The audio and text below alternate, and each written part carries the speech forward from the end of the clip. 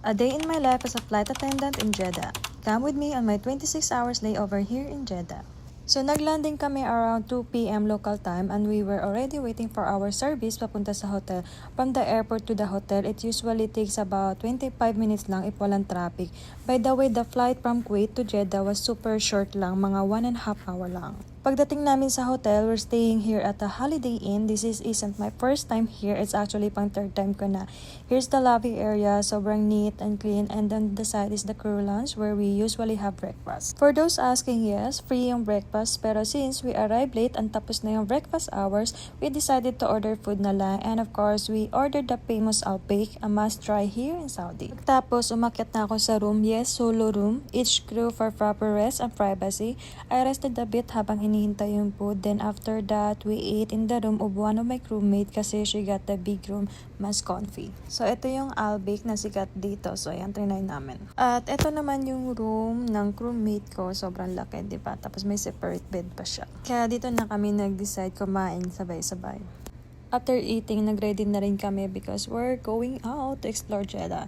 There is this spot na was recommended to us, so the whole crew decided to check it out. So tayo, habang naghihilamos ako, dumating yung service room guy kasi sira yung iron nila. So nag-request ako ng bago. And ayan, syempre naghilamos lang tayo dahil tamad tayong maligo dahil sobrang init naman sa labas. So, eto yung outfit ko. Nagdala lang ako ng long dress, then nag-jacket ako since bawal tayo magsuot ng mga offen dito kasi nasa Jeddah tayo, nasa Muslim country tayo. At ayan, dumating na yung sundo namin. Nag-order kami ng 2 service kasi marami-rami kami. Nasa total of 8 crew kami lahat papunta doon. So, medyo malayo siya from our hotels, I think. Hindi ko alam kasi nakatulog ako, The vibe of the place feels like in Vegan in the Philippines or Mubarakia in Kuwait. Maraming local shops, street food, drinks, and souvenirs, super nice and chill. Ang hindi ko lang na-enjoy dyan, yung panahon sobrang init. Sobrang init talaga like sa Kuwait. Talagang nagsisweat ka tapos kaya covered pa ako dyan, Since wala akong dalang shirt lang. So ayan, naglakad-lakad kami and then naghahanap kami ng restaurant na nirecommend din sa amin, which is seafood. So ayun, papunta kami doon. Inahanap namin yung restaurant na yun. And since kakakain ko lang, so hindi ako gutom. So sila lang muna kakain doon. So my friend and I, naglakad-lakad muna kami para explore yung vegan vibe dito.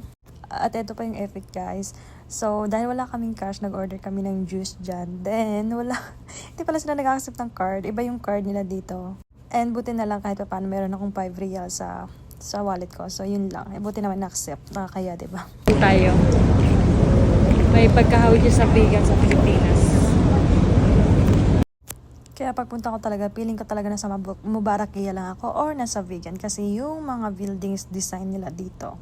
And during that time, hindi naman siya ganun ka-crowd. So, medyo, at least na-appreciate ko yun naman yung paligid. And eto na sila, kumakain na sila, binalikan na namin sila after a minute na naglakad-lakad kami sa labas. And after that, we also dropped by sa Jeddah Marina Mall for a bit for a sightseeing. So ayan, halos pareho rin talaga sila sa Kuwait. Why am I always comparing Kuwait and Jeddah? Okay, anyway, so here's my whole day. Super pagod na ako dyan at inaantok na, and late na rin kami nakarating ng hotel, mga nasa 12:30 kasi medyo malayo siya from our hotel. So yung biyahe, tuk like maybe 25 to 30 minutes din. So ganun siya katagal. Ang pretty ng kasama ko, di ba? Para siyang Barbie naglalakad. Super Latina. And good morning. Sabog na yung mukha ko dyan. Girl, hindi na talaga ako nakapag-busy kagabi. Pagdating ko, dumiretso na akong kama. And then, ayan, bagsak. Nakatulog na agad ako. Suot ko pa yung damit na sinuot ko kagabi galing sa hindi man lang ako nakapaghilamos at nakapagpalit. Ganon na yung pagod ko, And again, of course, na-miss ko na naman yung breakfast. Hindi na naman ako nakakain ng breakfast. So, nag-order na lang ulit ako dito.